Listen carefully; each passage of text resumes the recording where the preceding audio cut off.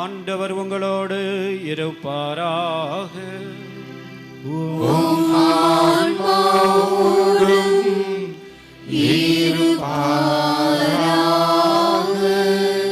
புனித லூக்கா எழுதிய பரிசுத்த நற்செய்தியிலிருந்து வாசகம்.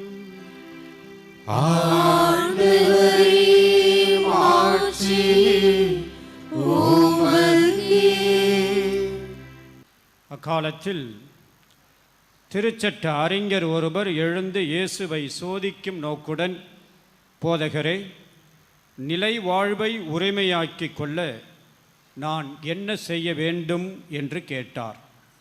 அதற்கு இயேசு, திருச்சட்ட நூலில் என்ன எழுதியிருக்கிறது, அதில் நீர் என்ன வாசிக்கிறீர் என்று அவரிடம் கேட்டார். அவர் மறுமொழியாக, உன் முழு இதயத்தோடும் முழு உள்ளத்தோடும் முழு ஆற்றலோடும் முழு மனதோடும் உன் கடவுளாகிய ஆண்டவரிடம் அன்பு கூர்வாயாக. உன்மீது நீ அன்பு கூறுவது போல் உனக்கு அடுத்திருப்பவர் மீதும் அன்பு கூர்வாயாக என்று எழுதியுள்ளது என்றார். இயேசு, சரியாக சொன்னீர், அப்படியே செய்யும், அப்பொழுது வாழ்வீர் என்றார். அவர் தம்மை நேர்மையாளர் என காட்ட விரும்பி, எனக்கு அடுத்திருப்பவர் யார் என்று இயேசுவிடம் கேட்டார். அதற்கு அவர் மறுமொழியாக கூறிய உவமை, ஒருவர் எருசலேமிலிருந்து எரிகோவுக்கு போகும் பொழுது கள்வர் கையில் அகப்பட்டார்.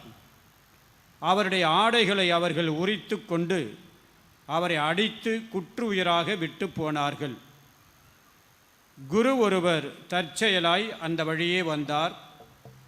அவர் அவரை கண்டதும் மறுபக்கம் விலகிச் சென்றார். அவ்வாறே லேவியரும் அந்த இடத்திற்கு வந்து அவரை கண்டதும் மறுபக்கமாக விலகிச் சென்றார்.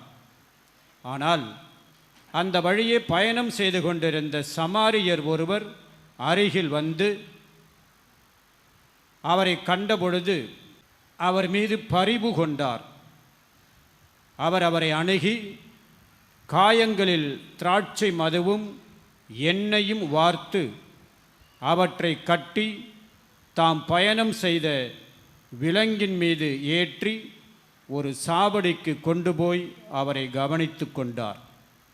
மறுநாள் 2 தெனாரியத்தை எடுத்து சாவடி பொறுப்பாளரிடம் கொடுத்து, இவரை கவனித்து கொள்ளும், இதற்கு மேல் செலவானால் நான் திரும்பி வரும்பொழுது உமக்கு தருவேன் என்றார். கள்வர் கையில் அகப்பட்டவருக்கு இந்த மூவருள் எவர் அடுத்திருப்பவர் என உமக்கு தோன்றுகிறது என்று இயேசு கேட்டார். அதற்கு திருச்சட்ட அறிஞர், அவருக்கு இரக்கம் காட்டியவரே என்றார். இயேசு, நீரும் போய் அப்படியே செய்யும் என்று கூறினார். ஆண்டவரின் அருள்வாக்கு. கிறிஸ்துவே உமக்கு